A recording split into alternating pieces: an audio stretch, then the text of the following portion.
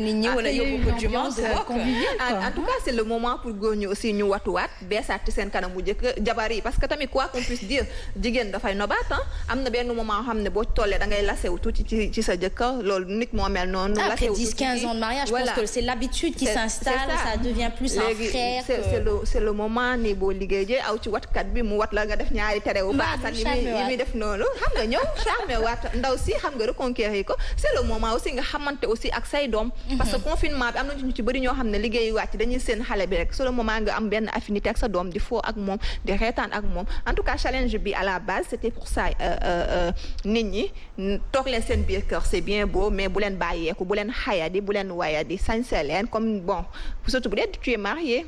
Mais surtout c'est vraiment franchement ce point boobu dama ciy bës bu baax. Il y a énormément de cas de divorce. Parce qu'il y a tellement de pression dans les foyers et il y a peu de temps pour se retrouver pour waxtaan. ngala nag bu ñu la tëjee ak nit ki nag yow kese ak moom ci biir kër gi fexe leen ba charmer wu waat. retrouver vos foyers retrouver la convivialité de vos foyers. te jigéen ñi defaru leen da leen togg yu neex di joxe di waxtaan. les hommes soyez plus jigéen dégg naa dafa bëgg ay cadeaux Yacine ay cadeaux. de petites attentions voilà de petites attentions de belles paroles. di ko fàttali def ciy baax di ko indil yoo xamante ne da nga xam ne kii diw soxna la lii nga dem indi ko yomb na pour nga offrir jigéen cadeau yomb na asma comme ni nga koy waxee boo demee ci marché. wala nga ci benn voilà justement lu simple rek jarul muy cher jarul muy metti da ngay xool li nga xamante ne sa doole àttan na ko rek nga def ko geste bi déjà moom moo ci am solo moom moo ci attiré nit ki loolu kon daal conseil yi dégg ngeen ko juste rek aussi c'est le moment pour ñu partager en famille parce que am na ñu bëri ñoo xamante ne seen frère yi xaw ma ban at lañ gëj a toog ci kër gi da ngay wax ba sonn ñoom dañuy génn rek ñu ngi ci tànganaay ñu ngi ci jaaykatu cere yi léegi moom confinement bi da koy obligé da ngeen di teel a jënd seen reer toog leen seen kër xam nga ni rek am na ñu bëri ñoo xam ne surtout jigéen ñi ñaanuñu yàlla couvre-feu bi jeex ndax seen jëkkër instant bi ñu ngi toog waaye am na ñi nga xamante ni yàkkamti nañ couvre-feu bi jeex waaw ano bi ma liiroon moom nee na dafa bëgg moom France la nekk dafa yàkkamti confinement bi jeex parce que comme ça foyer mu war a mën a jàmm mën ci amaat parce que jëkkër ji dafa namm maîtresse bi imagine loolu léegi comme que dafa namm maîtresse bi ci biir kër gi lay nekk di leen mbugal bu rëy moom daa yàkkamti mais à côté aussi fii Sénégal couvre-feu bi jigéen ñëpp a ko rafetlu ñëpp a kontaan parce que sa jëkkër amatul lay pour toog ci àll bi amatul séminaire amatul réunion amatul dara 17 heures nga toog ci biir kër gi boo tourné di ko gis sa xol di naat donc couvre-feu bi daal ma ki guddal fan Aïcha ñu di la jaajëfal bu baax a baax Rokhaya le message à passer c'est restez chez vous vous êtes bien chez vous alors restez-y nous on reste chez nous c'est des médias donc on y reste merci Rokhaya merci beaucoup Asma Yacine Nana tey nag lii laa indi woon di leen remercier bu baax a baax ci seen fidélité di leen wax ne leen yeneen point yaa ngi ñëw jeudi ak samedi xam naa ni nam ngeen actualité lool est-ce que ça man duma dugal Pa Assane Aïcha ñu gis si Pa Assane te ñëw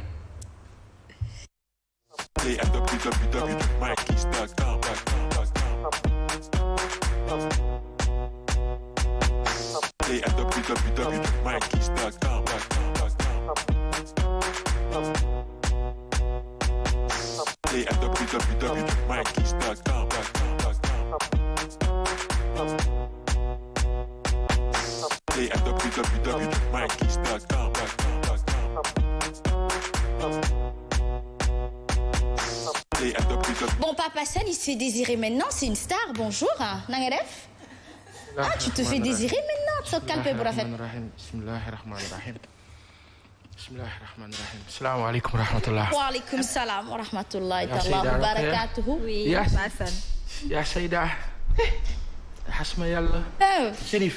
Assane. yàlla na yàlla yokk. Allahumma amiin yaa rabbi. ku am yéene. bëgg. am Pastef. am yitte. faw nga bëri tiq. waaw da ngay bàyyi kanam bi kii jël la ko plan nag gars yi dañ la namoon. ku am yitte. am yéene. am Pastef. bëgg lépp baax. faw nga bëri tiq-tiq. luy tiq-tiq. ay ku matal. tiq-tiq mooy ndànk-ndànk. yàlla may fekkee tal ñu yàgg di tiq rek. gis ngeen Pa Assane nu mu ci génnee subtilement. lii daal liñ naan ku la mag ëppi la ay sagar a ngi nii. Pa Assane nay def. bismillahi rahmaani rahim. ñoo ngi ci biir yal na yàlla saxal jàmm Sénégal. allahumma amiin yal na yàlla saxal jàmm Sénégal. yal na yàlla saxal jàmm laaj bi. yal na yàlla dimbali sénégalais yi ku si nekk li lay metti mu teggal la ko. yal na yàlla ku si nekk li nga bëgg di ko wut. mu def yàlla def mu nga am ko te mu gën si yow. amiin yaa rabbi. yàlla lu mu gënal mu gën. yal na yàlla gënal li nu bëgg. te nag li ñu ñaan tombé tam li yàlla di dogal. yal na yàlla def ba suñu kilifa yi jiite réew mi. ak seen i jaboot. yàlla jàmmal leen. ñu mën a gën a mën tal réew mi. yàlla roof leen. plus de passion et d'amour ak affectivité à l'endroit des populations yi tamit yàlla roof leen topp ak dégg ñu àndandoo nekk benn say. allahumma amiin yaa rabbi. salaamaaleykum wa rahmatullah. waaw kay ñu tàmbalee dikk rek desandi ba tey ci Covid 19 mi lëmbee réew mi lëmbee àdduna bi sax nag. jeexagul ba tey paasa. jaaxle naa def yal na ko yàlla jeexal. allahumma amiin yaa rabbi njort bu rafet rek doo bàyyi jàmm. waaw mu jig ñu. amiin. kun bu nit moom nanu yàlla baal sax ci li ñuy wax. moom rek la. mu ànd ak topp ak dégg li Yacine bëgg topp ak dégg ak discipline cas communautaire yi yàlla dindi ko. moo tax ñu tiit. entre parenthèses sa chemise bi rafet na trop surtout à l'écran ça te va à merveille. mais tu sais que Papa Sane il est élégant. Ouais, il est très élégant et il a énormément. Particulièrement taille moom ça te va trop bien. mais il a toujours été élégant. Le bleu ressort bien la couleur noire. Papa Sane ne leen maquillé ñoo bon alors on n'est pas là pour faire les éloges de Papa Sane c'est jar na ba pare. dama bëgg a féliciter Mame Sidi. oui. en passant. macha allah. Aziz Thiandoum c'est ça. waaw nañ bëgg a féliciter. macha allah. ñoom xam nañ lu tax yàlla na yàlla jàmmal leen. allahumma amiin yaa rabbi ñun dañoo baax suba teel ñu ci bokk. et toute l'équipe macha allah technique ici macha allah. macha allah. ñu tàmbale ñu woyal. lan moo xew ci réew mi. li xew ci réew mi yaa ma ko war a wax wax dëgg yàlla. seen abré corona lu nekk fi xew dëkk bi lu nekk fi xew. seen abré 60 jours. non loolu maxtaar dina si ñëw. dina si ñëw ci kanam. am na fenn foo xamante ni peut-être man foofu boobu moo ma intéressé. mooy fan. dépouilles yi ñu wax ne dañ leen a arrêté. dépouilles yi waaw maanaam sénégalais yi nga xamante ni dañu ne démb dañu jël benn dogal ne les corps yi ñu waroon rapatrier du ñu mën a dugg fii. alors. décision. lu diis la. loolu kay waxuma la diis sax fi mu ne. def nga benn buum sax. lu diis la. loo xamante ni ak diis. ak diis yàlla na yàlla def kilifa yi xoolaat ko. allahumma amiin. parce que métit bi. déjà métitu ñàkk bi. nga bëgg ci boole métitu kooku sax mënoo si jot. gis na de. nga boole ci beneen métit sa nguur moo la ne non. du sa coobare. waaw loolu moo xaw a doy waar te xam nga les fours crématoires la ñoom dañuy taal. baari day taal. donc faw li ñuy wax tout le temps. jaboot du beddi. jaboot du wax kii mënuma ci moom dara wala jaboot du wax aw ma pexe. jaboot day jéem ba yàlla ñëw day jéem ba yàlla tëj bunt yi on me dira pas que yàlla tëj na bunt yi nii mais lu tax vol yi dem di ñëw pour lan la après on me dira non virus bee tax ñuy lànk loolu virus bee tax bëgguñu kat ñu àgg fenn fi virus bee tax parce que dañuy njort dañuy ragal il y a 1 mois 15 jours wala 1 mois 3 semaines bu nu juumul bi ñu waxee Wuhan sunu kilifa bi dafa génn mu ne sénégalais yi ne foofu vraiment mënuñ ci dara di leen mën a jël si parce que dañuy bañ virus bi yàlla def na ci baatin ak barke lenn si nit loo xamante ne amaana kenn si ñooñu très sénégalais yooyu amaana li ñuy wax nag génn nañu raison gi feneen ci irrationnel amaana kenn si ñooñu yàlla def na ci moom yiw boo xamante ni amaana bu ñu leen jëli woon virus du fi dugg maanaam kooku présence am fii rek amaana yàlla dinañ ci muusal amaana it leneen wante rafet njott lu bokk si man daal duma ko rejeter après nag on n'a pas dit chères autorités que da ngeen rejeter mais procédé bi ak démarche bi dafa diis. On va dire quoi à toutes ces familles? On leur dit bon désolé mënuñ ci dara. Vous ne pouviez pas faire votre deuil surtout. Oui, en pensant à Ndiaye Doss je pense que dernière info yi ma amoon c'était presque à l'étape finale que mu war a ñëw mais xamaguma mais ñeneen ñi te ñooñu daf ci bari ñoo xamante ni bu dee une quinzaine de Sénégalais daanaka ñett ba ñeent la ñu wax ne ñoo ñàkk seen bakkan ci coronavirus waaye ñeneen ñi nga xamante ni dañoo ñàkkoon seen bakkan avant. te ñu waroon leen indi. procédure bi nekkoon en cours. ñoom ñu ñuy def ak ñoom ñu jël ñëpp boole ci même moule bi tëj am na ñoo xamante ni peut-être amaana seen koor waroon na ñëw démb waroon na ñëw tey wala waroon na ñëw suba foofu la ñu am jafe-jafe te foofu on appelle à nos autorités gis nañu ñu ngi bàyyi xel kilifa ak policiers yi nekk ci tali bi agents de sécurité yi junj nañ ko fii. On a vu une certaine réactivité par rapport ak loolu alhamdulilah kilifa yi dañuy bàyyi xel fii di bàyyi xel toute la presse sénégalaise di bàyyi xel sénégalais lambda sax amul sénégalais moo am di bàyyi xel ñëpp di si jël di agencer di ajuster di réajuster parce que quoi qu'on puisse dire ils ont les services de renseignement généraux ils ont aussi l'information directe nii daf leen di dimbali te foofu la ñuy waxee maanaam nan la ñuy def ba benn sénégalais bi gën a man mii nga xamante ni maa gën a tuuti ci sénégalais yi. lu ma tuuti dama war a am valeur bu ngande ci kanamu sama nguur. gis nga benn américain bu amee jafe-jafe ci benn dëkk ni ñuy jógee ñoom. ñëpp jóg ñu def ko scandale foofu la ñuy woo sunu kilifa yi. il y a 1 an 2 ans 3 ans Abdou Ndaw maa ngi koy nuyu mu nga fële ci Italie démb rek mu ngi koy waxaat ci benn waxtaan bu ñu amoon ak ñoom Alaaji Maan ak ñëpp. mu ne il avait écrit un papier il y a 2 ans ou 3 ans parlant de 25 Sénégalais tués à l'étranger nguur bi sentiruñ ko ci. 25 Sénégalais tués à l'étranger bëri na de. trop lan moo tax ñu leen di faat. au niveau de la diaspora cette diaspora là nga xamante ni dañoo jàmbaar lool 1000 milliards.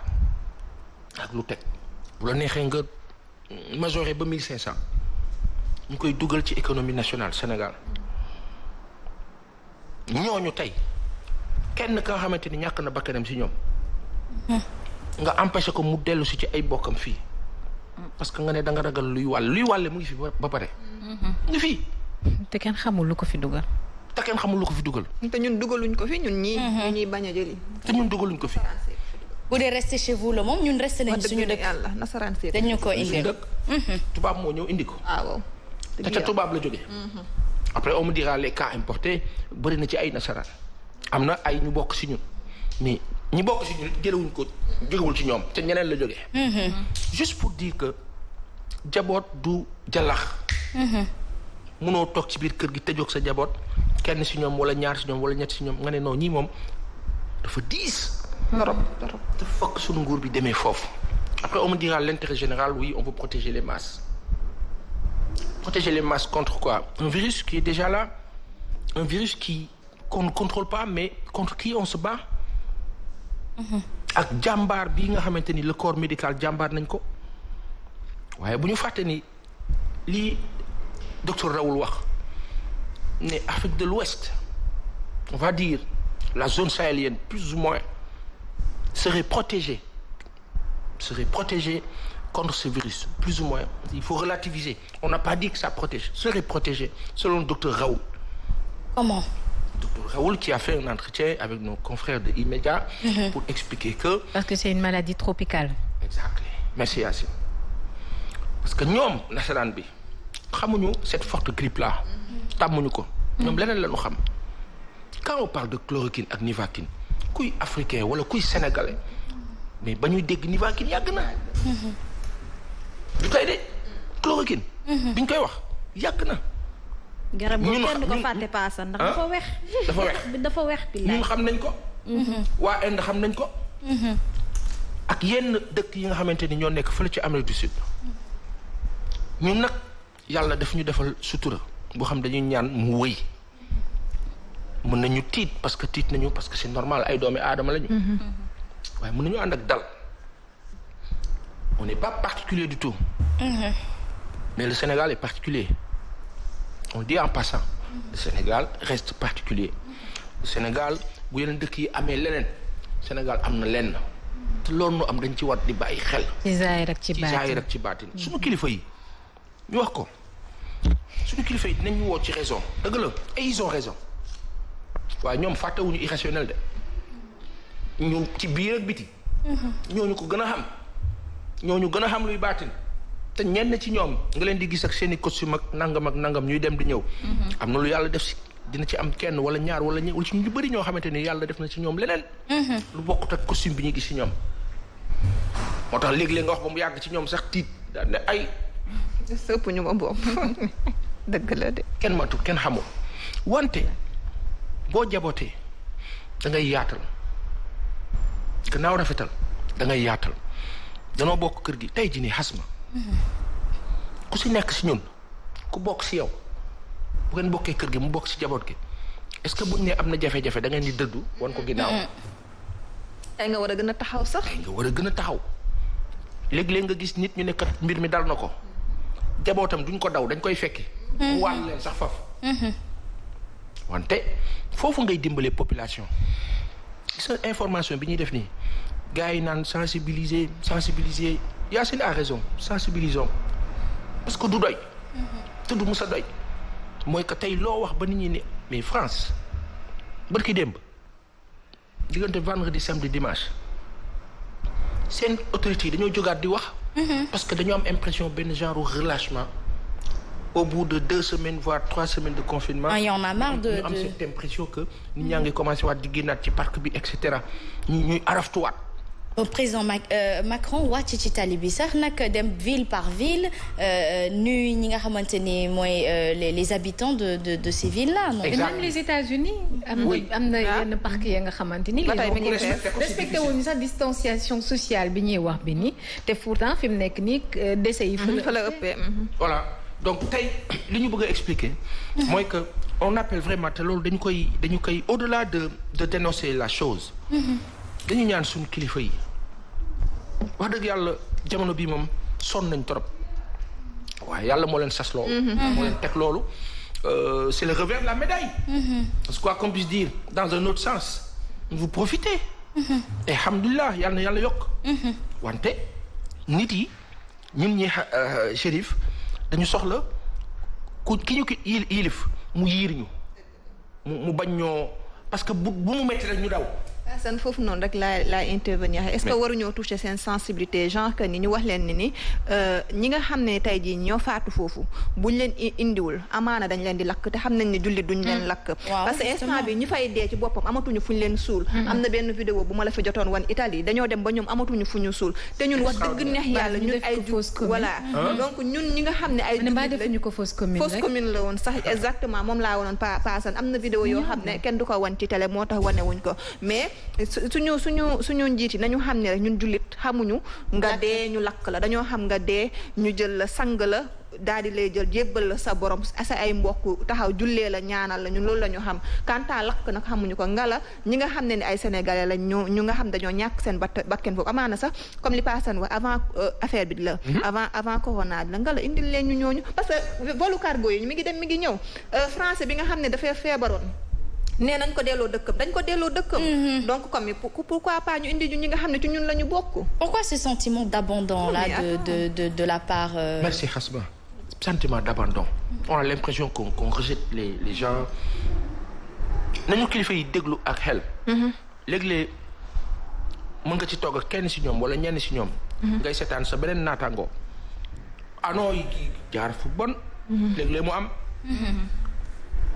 bàyyi xel ba am na solo. On n'a pas dit que vous avez mal fait. On a dit dans l'approche, on a un problème. am nañ ci droit nag. parce que quoi qu'on puisse dire, nos autorités sont délégataires d'un pouvoir que le bon Dieu a fait passer par nous. ñu dénk leen ko. kon lépp luñ ciy def inclusion daf ci am solo. wante def selon toog nañu rek tënk. naam vous avez les infos naam mais nous aussi on a droit de citer. d'exister et de donner nos points de vue. et de dire que. waa de cité kay weesuwul ñu toog fii di nommer président ak i ñàkk ay wër. si tu veux oui. non mais c'est-à-dire que ni ñun ñoo tax sax gouvernement am. ndax buñ fi newul woon kan mooy fal kan. c'est ça dëgg la lu wér. elle a raison donc tey fi ñu toll nii ñu insister ci parce que diggante démb ak tey loolu diis na. ah oui c'est quand même lourd. je pense à toutes ces familles ñu ne la kat yow sa jaboot bi état bi taxaw wax ni ñun mënuñ ci moom dara bàyyi ko foofu ñooñu nga xamante ni seen doom yi dañu nekkoon Wuhan. day la ñuy am. Wuhan ñu gisoon leen ñuy jooy. tey yàlla def na sutura ba tey Wuhan ñoom ñu ngay circuler gis ngeen yàlla. ba accepter entrée ak sortie ci seen dëkk. gis ngeen yàlla. En fait, c'est comme si il nous donne l'impression de nous laisser à nous-mêmes et que nous-mêmes nous prenons nos propres responsabilités. Parce que Sénégalais yi nekkoon Wuhan mais mënuñu leen jëli tey qu'est-ce qu'ils disent et pensent de nous. j'aurais bien aimé il faut que ngeen lijjanti kuñ ciy jot ñu communiquer ak moom mu wax ñu ñoom tey nan la ñuy xoolee Sénégal. Et pourquoi je dis ça d'ailleurs Papa Sane man gis naa Sénégalais étudiant bu nekk Wuhan il y a 2 semaines la ñibbi si Sénégal fan la jaar nan la def. ah bon ah oui fan la jaar nan la def. c'est-à-dire que il y a 2 semaines la dugg si fii Sénégal il y a 2 semaines justement. te Chine la jógee. te Chine la jógee étudiant sénégalais. ah bon mais comment ça se fait. donc on peut aller nous récupérer on peut aller nous prendre nous ramener chez nous mais ne nous laissez pas à nous-mêmes. information la de. oui justement. Hein? oui moom ma ko wax téléphone. de taille. justement. comment ils sont passés. bah oui. mais ça veut juste dire que. ça veut juste dire que am na luy fonctionner ba tey ni ñuy dénoncer wala wax ci mbiru laisser-passer yi ñu wax ne daanaka voilà laisser-passer yu bees yi moom c'est fini. yenn yi dañu koy xoolaat et cetera. mais noonu la ñuy waxee ci lii mu wax ni. sunu nguur yi Sénégal Afrique nguur yi en général daf ci bëri lu ñuy doxal. lu officiel nii. ak lu ñuy doxal loo xamante ni ñun duñ ko gis duñ ko dégg da ngay jékki-jékki rek benn nit ne la pourtant nga ne ah bon. loolu nag lan la. justement. lan la. ak kan la. il faut que une dose profonde d'affection. affaire bi fii la de. fii du question rek on gère. l'administration on organise. on structure voilà ni ngeen war a demee affaire yaa ngi nii mbir mi jaar na yoon même bu ñuy déglu les informations on a cette impression que tout est presque factuel. tout est compte rendu tout est li ñu jox nii. aujourd'hui on est dans un combat on se dit non nañ leen jàppale nguur bi on est avec nguur bi ñun ak nguur bi ñoo dëkk. ñun ak nguur bi ñoo nekk. ñun am nañu cette maanaam ñun jox nañ leen lépp. desalatuñ leen dara ñu nag ñoom ñoo nekk wante est-ce que ñoom jox nañu lépp question mooy loolu est-ce que jox nañ ñu lépp bu ñu gisee benn taxawaay bi fenn fi dañuy am impression que joxuñu lépp te dañ leen di woo ñu jox ñu lépp ñun ni ñu transparent ñu ñuy gis. di ñu xool di xam fu ñuy dugg ak fu ñu dul dugg xam lu ñuy wax ak lu ñu dul wax di ñu gis ñoom nañu delloo loolu. parce que ñun bu fekkoon diggante. 2007 bi président Abdoulaye Wade di am son 2e mandat. jàpp 2012. amaana benn taxawaay bu ay sénégalais amoon suñ ko amutoon président Macky Sall du doon président. justement. ñi mu àndal ñu ci bëri. ñu xam leen amaana bu président Macky Sall falu woon. amaana ñoom du nekk ci yenn station yi. man ci sens boobu noonu laa la bëgg a interpeller nga baal ma dagguma la. waaw mais président Macky Sall la ñu fal mais dafa am ñu nekk ña nga xamante ne ñoo nekk ci wetam. di décider ak moom ñu di ko xelal. mais est-ce que tamit du angle boobu la ñu war a xool ci ña nga xam parce que xel du doy. amaana moom mënul jël décision yëpp ndax am na ñi nga xam ne daf leen teg ci wetam ñu di ko conseiller. ndax du ñooñu ñoo ko war a conseiller pour ñu jël ay décisions yi nga xamante ni c'est des décisions hâtives. concernant justement coronavirus bi. am na ba léeg-léeg ci dans l'interactivité. ni ngay toogee ci rajo nit woo la. noonu ngay toogee ci télé nit message la. yokkal la parce que ñi ñuy seetaan ñooñu gën a xam li xew. ñooñu gën a gis. dañuy dolli lu bare. bari na fi lu nu fi wax loo xam ne ñi ñuy seetaan ñooñu koy jox. waaw. dollil ñu jël. ñu naan woy paasan du paasan. ñi ñuy seetaan ñooñu naan fii juum nga fii yokkal fii kii dollil xorom wàññil suukar dollil ndox affaire bi bien produit fini ñu naan ak mun togg fekk dañ koo toggale dëgg la loolu mooy dëgg bi c'est-à-dire que moi je te dis y a Madine qui me dit que am na ñaari sénégalais yu dee fële ca Brésil mu ngi nii. Du Covid-19 ou juste d'une mort naturelle? Non, c'est-à-dire ñaari sénégalais yu ñàkk seen bakkan pas forcément du Covid-19 entre le 9 avril am na benn vol spécial pour les Américains départ AIBD su fekkee loolu am na. Justement. Donc nii la ñuy yokkalee. kilifa yi nañ bàyyi xel loolu. Pourquoi les autres États mën a jël ay vol di ñëw ci suñu réew di jël seen ay ñoñ di yóbbu ba tax ne ñun duñu mën a def loolu. En fait demain Amérique mooy première puissance mondiale. En fait c'est que am na yenn yoo xamante ne est-ce qu'on peut parler de première puissance face à sa propre population. mais noonu lañ koy xalaatee. voilà comme li Asma wax nii am na yoo xamante ne day ndiru faiblesse ba mu ëpp. Justement. waaw dafay ndiru faiblesse daal ba mu ëpp. c'est que gouvernement bi instant bii nii ñoom ñoo ñu war a taxawu comme li ngeen wax am na yu ci bëri ñoo xamante ne ñoom bu ñu ci mënul jàppale ñun mënuñu ci dara. waxuma dara mais peine bi nga xam ne famille bi moom la war a ressentir imaginez double deuil la. yow nga am sa ñu nga dégg ni sa doom faatu na bitim réew mooy benn ñaareel bi mënoo koo denc xam nga li ñu doon wax sànq rek sal maquillage boo buñ la xasee ba jébbal sa borom li nga xamoon moom nga amoon comme douleur yàlla mooy def ni même bu dee à moitié sax dina xaw a dañ mais yow nga am néew te gisoo sa néew mënoo koo suul amul lu ko gën a metti ba ñu ne déet na nga tëdd war a xalaat ni ñu ngi koy lakk ay waay lakk gi surtout ñi nga xamante ne du coronavirus bi moom moo leen rey parce que nee nañ bu la coronavirus bi rey ñoom noonu rek lañ la mën a def donc mais bu fekkente ne yow da nga mort bu da nga dem bu naturel donc war nañ mën a trouver solution comme li nga wax parce que doo risqué contaminé kenn dañ lay indi rek ci sa njaboot mais c'est-à-dire même ku coronavirus mais lu tax damaa bëgg a xam lu tax tubaab yi ñoom di jël seen njaboot di yóbbu. pourquoi ñun dañoo ne tëj nañu. wante ñoom ñu ngi ñëw di jël seen doom lu tax lu leen ko permettre. lii Seydou Bamba di ma expliquer naan ma OMS. moo joxe oui c'est vrai directive ñun suñu kilifa yi di topp d'éternel follower l'Afrique follower lay dund suivisme topp. keroog tubaab bi ne masque général pour tout le monde ñu xëy ñu ne ñun ñëpp Sénégal ñëpp masque général. ñu koy séddale sax ci mbedd mi. dañ koy séddale di maye. approche boobu. gis naa ñu koy séddale di maye ci mbedd mi. taxi bu romb ñu kii la mooy jafe-jafe bi ñu am. c'est-à-dire quand tu vois après on me dira doole yemul. oui parce que occidentaux yi ñoom dañu am doole et cetera. au-delà de doole fula. Nana Akko bi diriger Ghana. lu tax si jamono mu xëy rek. moom di dund sans FMI ak Banque mondiale di soox naam am na fenn fu ñu koy jàppalee feneen décision wante am na ay kilifa yu ñu naan bon xam nga léeg-léeg aussi boo tënkoo. boo tënkoo mooy lan moo la tënk. fan la gaañitee ñun am nañ yaakaar ne sunu kilifa yi dañoo jub amuñu benn jafe-jafe. dañoo tegu ci yoon bi. amuñu benn jafe-jafe. amul lu ñuy làq. ñoom dañoo transparent. boo transparent nag doo ragal dara yàlla rek ngay àndal. day fekk tamit. bu la li Ismaël Lo sunu kilifa bi wayoon. yàlla foo ko toll la lay toll. tamit. day tax am fit. te tey sunu nguur yi. peut-être foofu la ñuy tëjee sunu nguur yi ñi ko diriger.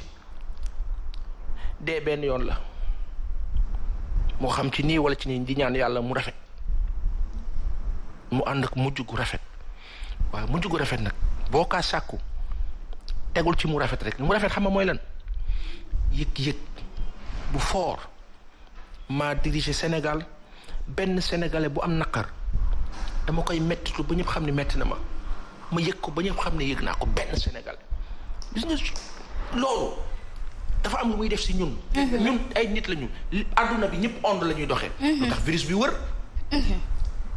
parce que benn la léegi ñun foog xasma bu ma dugg see fii am na noo xam ne bu ma ko accès. yow ko dox ak Yacine ak Chérif noonu ngeen di fonctionner ak man. waaye am na nu may accès noonu ngeen di fonctionner tamit ak man donc kilifa yi dañ leen di moi j'aime pas cette tendance à dire kilifa yi ñu ngi leen di ñaan. ñoo ko bokk. justement parce que li ñuy metti daf leen di metti. dañ leen di proposer. waxuñu def leen de. bàyyiwaat leen xel. cette décision là parce que la diaspora ñu ngi dund lu gën a metti loolu. stigmatisation. Assane est-ce que nekkul français ak américains yi li ñuy fay impôt looloo tax aussi. dañuy fay. impôt. dañuy fay impôt. waaw y a pas de rapport du tout. tey sénégalais yi nga xamante ni ñu ngi ci mbedd mi est-ce que xam nga ni Rokhaya yaa Seyda. sénégalais yi ci mbedd mi li ñuy fay impôt. am na fi ay kilifa yoo xamante ni étranger la ñu jóge fayuñu ko impôt. wér. jaaykatu caaf bi bu duggee hypermarché yi lu mu jënd c'est taxé. yow mii robe bi nga sol ki la ko jox fa mu jógee. douane ba mu jaar dafa fay impôt. fay taxe. pour te dire que les masses là masses yi lott nañu. ngal la nag ku ko xamante ni da nga amee sa néew am droit ci dëkk bi ni ñu amee droit exister fii. noonu la ñu amee droit bu ñu ñàkkee seen bakkan ñu indil leen xajal leen seen espace. juste quand même que intervenir lu ndaw rek très rapidement Paasan da cee wax maanaam ku ci nekk da nga war a gis sa bopp ci nguur gi. gis nga tey jii ni man je pense que ni am ñaata yoon lañ fi dégg xale bu ñu violé trois ans yooyu est-ce que gis ngeen. benn ministre wala sax benn président prononcé wu ci te pourtant bu doon beneen réew la gis nañ ko fi tey jii nii benn xale réeroon na ay fan fële ca France mais dañoo gis ministre bi ci boppam da daan génn di wax. exactement Mélissa donc pourquoi pas li ngay wax rek la ñun suñu nguur bu desee lu dul ñu yëg leen ñu am benn sentiment bi ci ñun yëguñu leen wax dëgg neex yàlla ci li nga xam nga corona sax rëy na mais ci di nga ci yooyu noonu nga xam ne ay meurtre yu fiy xew ay viol xale yu fiy xew ñi nga xam ne ñoom ñoo yor secteur boobu jamais nga dégg leen dañuy off carrément te pourtant doon na neex ki nga xam ne mooy première dame en tant que femme mu génn ñu xam ne ni ñun de kii c'est la mère de la nation sénégalaise defal na fi teranga ndeysaan ñi wàcc ci gendarme yeeg police ñi nekk ci. non mais waxuma sa gendarme mais am na lu gën a diis. non je disais juste parce que je disais c'était juste une petite contribution parce que la dernière fois Papa Sane da ko souligner fii mu nekk xale yu góor yi nekk ci wala ñiy monter daal ñi nekk di surveiller dëkk bi fi mu nekk nii des fois dañuy xiif wala affaire yooyu noonu. maanaam takk der yi nekk ci. waaw kay ma nga noonu takk der yi moo bi laa doon seet fi mu ne defal na leen teraanga démb ndax génn jox ña nga xamante ni ñooy monter jox leen lu ñu mën a lekk ci guddi gi dem na ba Thiès ñu ngi nar a dem nag ba ci yeneen régions yi c'est bien beau pour tout ça mais bés bu lii yëpp passé nga la bu amee yenn genre situation yu ni mel moom mi nga xam ne mooy suñu première dame moom donc je pense que war na génn prononcé wu ci yenn yi justement comme l'aurait fait l'avait fait dans le temps bi nga xam ne moo yor intérieur ñu dégg agression yi ñu ñuy agressé guddi bëccëg mu off rek waxul kenn déggu ko moom tamit dafa war a génn wax parce que moo yor suñu kaaraange ak yeneen daal juste pour appuyer li passe. En tout cas, pas Assane. Li nga xamante ni mooy les portes entr'ouvertes. Cette sensation d'abandon, de délaissement du Sénégalais par son gouvernement parce que ça reste une sensation je pense que war nañ ko xoolaat parce que tey jii ñu bëri jëloon nañ fi ay ni ñu koy waxatee attestation de sortie ñu ko doon def statut ñi ko warul am ñoo koy am gis nañu li xew fale ci Almadies ñu di masawu encore une fois à la famille de Iba Thiam mais autorisation spéciale yi nga xamante ni moom la ñu jotoon moo leen mayoon ñu génn je pense que on doit juger tout le monde au même piédestal parce que sénégalais lambda amul sénégalais rek a am nag. exactement donc xam nga maa ngi xool léegi gis ni état guinéen on me dira c'est pas la même chose le franc guinéen ak CFA bokkul on me dira ñoom 3500 000 milliards la ñu def. ce qui fait 200 milliards ici. waaw moo tax ma ne franc guinéen ak franc CFA bokkul. wante ci seen tolluwaay ñoom boo jëlee proportion loolu lu bëre la si ñoom Yacine. 200 milliards de francs CFA. Évidemment, bien sûr. 3500 000 milliards guinéens boo ne woon tey 3000 milliards CFA tubaab bi mën na la ne bon en dollars c'est rien du tout. mais dans la réalité ak a bare. foofu la naa waxee. mooy tolluwaay ak dayo ak gëdd même bu dee Alpha Condé def na loo xamante ni président Macky Sall gëw ma ne xalaat na def ko ci wàllu yoon ak constitution mais juste dire que dafa am décision yoo xamante ni bu taxawee demi bi ci wàllu joxe du nekk nii da ngay ñuqi nii am na solo jaaxle nañu trop kon nag Covid 19 moo fi war a gaaw jóge sax na yàlla na ko fi yàlla jëlee kilifa diine ñoo ngi sàkku ci yéen ñaan buntu kër tarixa bu nekk rek ñoo ngi fay fëgg ñaan leen ngeen ñaanal ñu yàlla di saxoo tamit ñaan ak les mesures de prévention yi nga xamante ni suñu médecins yi moom lañ ñoo digal ak waa ministère de la santé bu ko defee nag ñu daal di jéemoo rek mucc ci li nga xamante ni mooy Covid 19. excuse-moi maa ngi lay coupé am na sarax bu ñu wax ni sunu maam Serigne Babacar Sy Mansour dégle na ko dem na ba ci joxe lekk ak yeneen je pense mën nañ ci bàyyi xel aussi kilifa yaa ngi wax ñu ngi digle di sàkku aussi ci sunu kilifa yi ñu wax ñu dégg. c'est des ambassadeurs de la paix justement ñu dégg ñu gis leen dégle xool leen rek dafay dal suma xel. justement ñu ngi wax de. waaw mais maanaam wax bu officiel. comme ni muy officiel ci gàmmu ak màggal ak leneen. ñuy génn aussi ñu ngi kaa gis. wante mu yokk dañuy ñaan ñu gis leen nii dafay dalal suñu xel.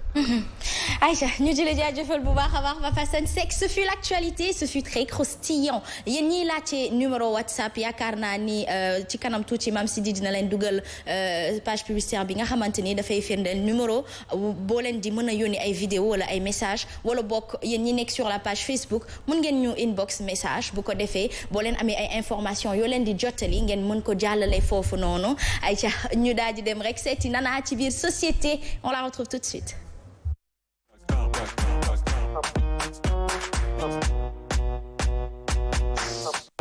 Alors on va parler de la longue détention préventive.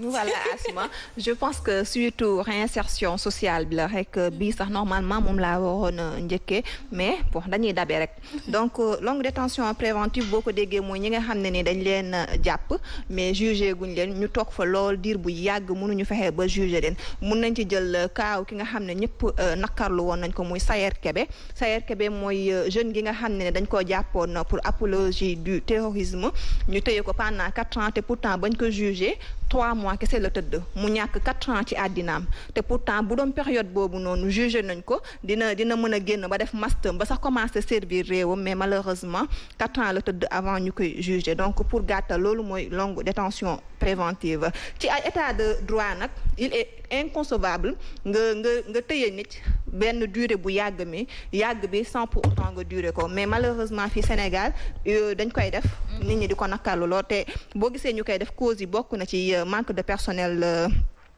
ci milieu de la justice bi maanaam personnel bi nga xam ne dañoo war a ñi nga xam ne ñoom ñoo ëmb ay dossiers ak ñoom seen dañoo xaw a manqué personnel beneen bi mooy sur le plan légal amul benn délai boo xam ne dafay wax ni kii boo ko jàppee boo ko jugé wul war nga ko mën a bàyyi maanaam à défaut de jugement amul benn délai buy wax ni benn délai obligatoire buy wax ni kii da nga ko war a bàyyi bu dee jugé woo ko ci 1 an wala 2 ans wala ci 3 ans amul te pourtant ci correctionnel dañuy wax ni 6 mois rek bu ko nit ki defee 6 mois bu dee def na ko dossier bouclé wuñ ko mu ngi traîner da nga ko war a bàyyi. donc war a bàyyi libéré avec d'office ci correctionnel mais malheureusement fi Sénégal on dirait que appliqué wuñ ko beneen bi mooy 37 établissements pénitentiaires la ñu yor ci 37 yi ñi ngi am 10 000 détenus ci 10 000 yi 6 016 condamnés la ñu am 232 mineurs 307 femmes 4 548 en détention provisoire kon ça veut dire que ni mun nañu ne kaso yi boo gisee sax mu fees détention provisoire bi moo tax kaso yi fees parce que dafa ëpp 4 548 tu t'imagines. C'est énorme. C'est énorme. 4 548 encore je répète. Détention pour ñooñu kenn jugé gu leen ci détention provisoire la ñu nekk te am na ci ñoo xam ne ñi ngi tëdd 2 ans ñii ñu ngi tëdd 3 ans ñii ñu ngi tëdd 4 ans ba tey ñu ngi toog di xaar ñu jugé leen te amaana yow mi li tax nga tëdd sax buñ la ci jugé woon 2 mois lañ lay tëj nga dem sa yoon boobu ba tey yaa ngi toog di xaar beneen bi nga xam ne ñoom ñi ngi koy nakkarlu ñoom mooy ñi nga xam ne mooy seen avocat ñoo nga xam ne état bi moo leen koy jox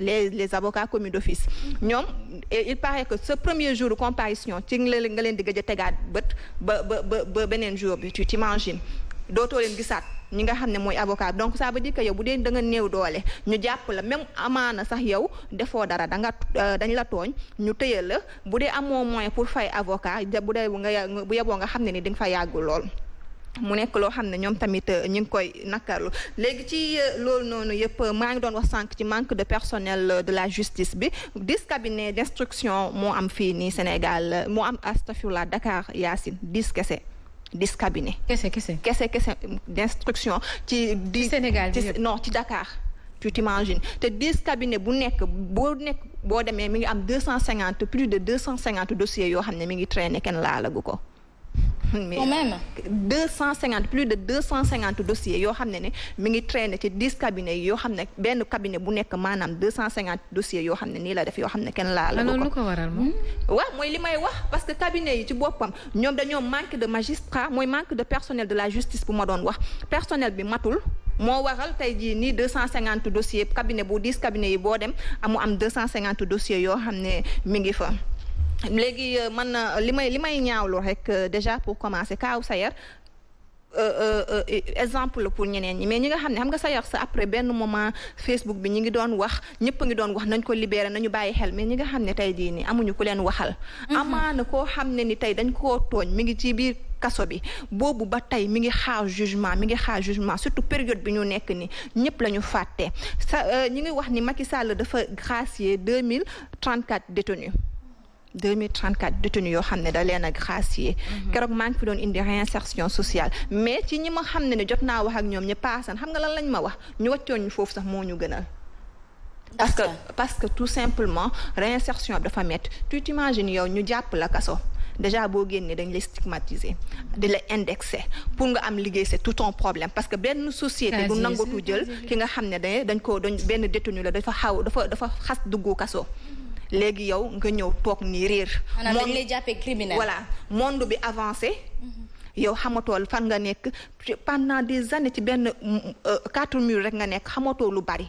nga xëy rek ne bëri. en tout cas avec des conditions de détention déplorables. falaa doon ñëw say waa kër déjà yow néeg bi nga fa am joxe nañ ko. lal lépp joxe nañ ko ay yére sax amaana amatoo ko seen kër yow boo ñëwee ñooñu ngay njëkk a xatal. li ñuy bëgg rek mooy nga dem. parce que ñoom ci seen jëmmu boppam du ñu bëgg ay waa koñ bi ne fii de am na borom kenn koo xam ne dafay dugg kaso foo romb ñi ngi lay moytu ñi ngi lay bàyyi xel moo tax ñu ci bëri ñi nga xam ne dama leen jot dañ ma ne ñun nanaari wax dëgg neex yàlla ñu wàccoon ñu ci biir kaso bi moo ñu gënal ñi nga xam ne ni dañoo génn parce que génn nañu mais dañoo réer. parce que am na ci ñoo xam ne ni dañoo génn ñi nga xam ne mooy ndeysaan pénitencier ñoo yëkkati 3000 francs jox leen passe pour ñu ñibbi. gisuñu sax seeni mbokk poñ ci mooy 2034 personnes yi nga xam ne ni dañ leen a gracier maanaam nga génnee nit sans mesure d'accompagnement amul benn mesure d'accompagnement bu ànd génn bi nga génnee nit kenn ki moom nee na dafa taxaw ci arrêt bi bus yi di ñëw mais xamul ban bus mooy dem exactement këram. dafa taxaw jaaxle mais kon bu ñu leen di gracier du ñu yëgal seen mbokk yi. même bu ñu leen déjà moom ñi ma xam ne ni jot naa dégganteeg ñoom ñi nga xam ne dégg na moom nee na dafa xëy ñu ne ko bokk nga ci ñi nga xam ne dañ leen di gracier bu dee Yacine yàlla tere am nga fa mbokk te nga gëj ko seet est-ce que di nga yëg ni sa mbokk dañ koy gracier ou pas doo ci xam dara. en tout cas doo ci xam dara may ma àggali tuuti rek avant ngeen di intervenir donc Yacine sànq ngay doon wax ci seen détention yi nu conditions yi nga xam ne ñu ngi ciy nekkee ku bëgg sa xol toj rek del faral di dem kaso armère ak hôpital boo demee tey jii ni Rebeuss li nga fay fekk asma c'est tellement déplorable c'est tellement triste nga ne fii nan la fi ay nit mën a tëddee ak lu nit mën a def am na yenn conditions yoo xam ne ni c'est impossible nit war ci mën a nekk c'est xol sax warul mën a maye ni ne fii nii ay nit mën nañ fi ne depuis lors ñu ngi wax dinañ tabax yu bees bu Rebeuss bi dañ koy toj ku chaque jour ak lu ñuy wax te depuis boobu noonu ba tey gisaguñu dara détenu yi sincèrement parler man tey dañ maa yónni te damay wax ak yéen sonn nañ paasal sonn nañ ci lekk gi ñu leen di jox sonn nañ ci tëddeen bi pour nga sangu c'est tout un problème bu tàngaay ñëwee ñoom ñëpp seen yaram yi dafay yàqu ñoom ñëpp seen yaram yi day génnee ay picc ay taabak yu kenn xamul imaginel douche boo xam ne boo fay dem dañu lay chronomètre ci mais loolu metti na dem ba yow benn liberté bi nga xam ne yow yaa ko mooma sa bopp même bu dee dañu la tëj kaso yow liberté boobu amatoo ko. amatoo sax droit de l'homme tu ne jouis même plus de boobu dama wax ba sonn man droit de l'hommiste yi man léegi man personnellement gëmatuma leen parce que lu ñu wax a kaas ak lu ñu wax a kii duñ ko kaas mukk donc man je dis que ni côté boobu moom wax dëgg neex yàlla bon damay bàyyi mu jàll mais juste pour ñi nga xam ne ñoom ñoo fa nekk ñoo xam li ñuy dund kenn ki nee na moom saa buy génn danaan morom bi téyel ma sama place maa ngi dellu si mooy def exprès def bêtise juste pour ñu delloo si waat ko parce que tout simplement amul fenn fu mu dem mu ne ma kaso au moins même bu mettee tëddin bi sax yaa ngi tëdd yaa ngi lekk mais boo génnee fii nii na lan ngay def amoo leneen loo def moo waral saa bu ñuy génn ñu ne suñu morom dencal ñu ngi ñëwaat ma nekk fa ndax ñoom ñi fa nekk au moins familiarisé wu nañu miinante nañu ñu ngi tooñante suñu biir ñu ngi nekk ñooñu au moins samay mbokk lañ samay xarit lañ mais ci biti inconnu laa fa dañ ma bàyyi nii may eere xaw ma fu ma jëm samay mbokk ma njëkk rejeté ñu nekk ci condition yoo xam ne doy na waa ministre bu yor justice bi mu war ci bàyyi xel lool détenu yi sonn nañ lii mooy waral ñëkk boo génnee après kaso mu yaakaar ni àddina ñëpp la tooñ nga commencé waat defaat le pire que li nga defoon te à la base kaso yar la waroon nekk pour da nga war a dem ñu yar la jàngal la métier xamal la liy àddina mais fii nii jàng métier xam nga ñaata. mais y a un suivi en prison ils font des métiers comme tey jii apprentissage au métier am na sax électricité ak yooyu yëpp ñu ngi ko fay def mais waa léegi yow buñ la jàngalee loolu peut-être nanaa joxu la nga liggéey nag parce que nanaa jàpp na ci xelam ni kii kaso la dugg ma ñemew ma koo jël sama kër mu may liggéeyal wala entreprise bi kii kaso la dugg ñemew ma koo jël mu may liggéeyal léegi yow boo jàngee loolu yëpp te amoo liggéey ban sens la am nit ñi ci boppam ñoo lay njëkk a daw donc ma bàyyi leen ngeen intervenir. man dama j'ai xam nga c'est très difficile. L'abandon revient toujours. C'est affiché mënoo si dara c'est nguur yi fi jaar yëpp dañu échoué ci loolu nguur yëpp dañu échoué ci la gestion du sénégalais nit bi nan lay def ak sénégalais. dañu ci échoué bu bare bii aussi ñëw di dund la même chose. wala di ñu ko dundaloo li gën a garaaw nana mandat de dépôt yu gaaw yi waxal salaamaaleykum waaleykum salaam juge bi ne bon peine détention provisoire ni ñu ko teg en attendant ba pare fàtte la normalement au bout de 6 mois war nañ mën a bàyyi xel sa mbir parfois c'est pas le cas et pour bon nombre après les justificatifs, les gens sont occupés sur autre chose. Il y a tellement de choses à gérer. L'organisationnel. Qu'est-ce qu'on a fait? Qu'est-ce que l'État a fait dans le sens de la gestion des relations humaines dans une entreprise. La gestion des relations humaines. ci mbooloo mi. nan la ñuy gérer loolu gis nga li nga fi tënk yépp xool. mooy jafe-jafe bi nan la ñuy gérer affaire bi. nan ngay xoolee nit bi yow juge bi yàlla nattoo loolu parce que doon juge nattu yàlla la. destiné wu nit dundu àdduna nit nga jël làq teg en attendant ñuy xool ndax def na wala deful. ngeen toog ba mu neex leen ngeen ne deful. mu génn noonu dem gisul dommage dégg ko yooyu te loolu nag. juge bi sax daanaka plus ou moins victime la ci parce que organisation bi ko tënkee noonu léegi organisation bi la ñu war a xoolaat Sénégal. ci organisation bi yërmande. surtout on libère des gens comme ça ils sortent comme elle dit ils sont presque néants anéantis en amont et en aval et ils sont en face de personnes qui les suranéantissent encore nga jub nit mu. du moyu la rek dafa métti. rawatina nga fekk sa jaboot xale yu ndaw yi di la daw ñu mag ñi di la moytu bu ñu tegee ataaya boo dugg see sax ataaya bi yàqu bu ñu toogee ci seen télé boo ne tël gars yi neen def am na nooy dikkee parce que am na loo tàmm léegi daanaka beneen nit nga. jaay faay gars yi. dañ lay beddi ber la kenn nay jóg bon ma dem jóg daw na keneen topp ci. nga jékki-jékki wéet yow kot ci salle bi. bilaay yow. lu diis la. donc. mais ñooñu ñëpp ndeysaan c'est un ensemble de victimes. qui maintenant sont composites de quelque chose boo xamante ni explosion lay jur. mais ka nga xamante ni moo ŋànk loolu yëpp encore une fois de plus ñii nga xamante ni ñooy liggéey ak nguur bi nekk ci biir nguur bi jege lool nguur bi. la partie stratégique la ñu war a repenser. ñi nekk ci bopp bi di doxal opérationnel ñoo war a am tolluwaay ba. pour mën a dimbali ka jiite ne ko demel sens bi pousser ko ci yombul nag parce que Sénégal ñun fii ñun chefferie la ñuy dund. le patron chef la alors que le patron il doit être patron pas chef. foofu et loolu nag c'est en nous malheureusement tubaab bi mu ñëwee pour ñu coloniser ñu dafa indi chefferie piqûre ñu ko fekk amoon nañ ci benn dose ñu doubler ko.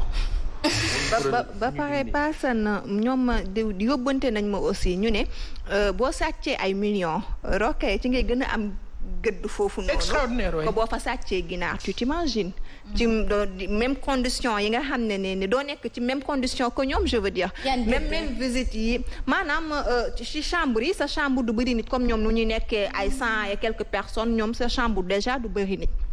te en plus c'est comme si ñoom dañuy am benn privilège bi quoi ñi nga xam ne ñoo sàcc ñoom la ñu jiñ ay millions ak ñoom seen c'est comme si dañuy am benn privilège laa ko mën a tuddee en quelque sorte donc loolu tamit ñoom rafetu wuñ ko dara. beneen bi ba tey gënaatle bi day ñëw abondant bi day ñëw. assez souvent. wanewaat na ko. organisation bi. c'est-à-dire ni ñuy fonctionner ni société bi mel aussi ak nit ñi c'est-à-dire effectivement. ñi nga xamante ni dañ leen a jiñ délit yu toll ni àdduna ci wàllu am-am ñoo gën a bien foofu. dëgg la ñeneen ñi benn li Mame Makhtar Gueye doon wax démb ci émission rendez-vous mooy koo xamante ni dañ ko fekk ci bopp koñ bi rek ne dafa xëcc benn joint ñu gàddu yóbbu tëj mais fàtte ko ca prison ba am koo xamante ni moom mooy dox moom deal bi. di ko organiser. di ci tabax ay immeuble di ci def loolu ak loolu di ci dem ci jàng yi di joxe ñu naan ak a baax amaana ñooñu donc l'organisationnel encore une fois de plus il faut un leader. allez-y avant Meka. effectivement loolu laa bëggoon wax sànq comme li ngeen wax société bi dañu war a am benn vision boo xamante ne war nañ ko am ak détenu yooyu. ndax bu ñu génnee dañuy am problème déjà kooku bu ñëwee dafay soxla koo xamante ne daf koy defal ko ñoo xamante ne dañ koy soutenir surtout nag sa côté famille daf ciy baax waaye foo ñëw rek ñu daal di jóg loolu dafay metti lool.